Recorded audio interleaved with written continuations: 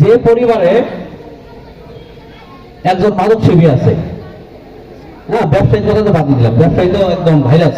আপনি আপনার সন্তানকে খেয়াল করবেন, এই বয়সে যে ছেলেরা রয়েছে এরা খুন, হত্যা, ধর্ষণ, মারামারি, জুয়া, অনলাইন জুয়া, ঠিক এই বয়সের বাচ্চারাই করে। যখন ইন্টারমিডিয়েট কোর্স করলো তখন কিন্তু তার চিন্তা চেতনা থাকে কিভাবে সামনের দিকে এগিয়ে যাওয়া যায়।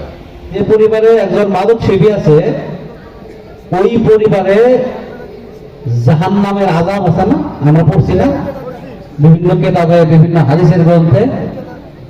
জাহান্নামের আযাব কিরকম তার কিছুটা অনুভব করে। কি কথা বুঝলেন না বুঝেন নাই? এরকম আছে না? আছে তো, অবশ্যই আছে। কথা বলতেছেন, আওয়াজ নাই, সাহস নাই। এইরকম লোকদের পরিবর্তন হবে না। আপনি মরার আগেই মরে গেছেন।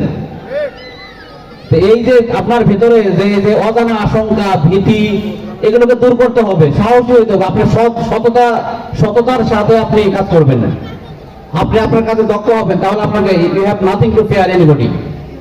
বুঝতে পারছেন? একমাত্র সৃষ্টিকর্তাকে ভয় পাবেন, আইনকে ভয় পাবেন, আইনকে শ্রদ্ধা করবেন। আইনকে ভয় পাওয়ার জিনিস না, আইনকে শ্রদ্ধা করে আপনি আইনে যা বলা আছে যে এটা করা যাবে না, আপনি করবেন না।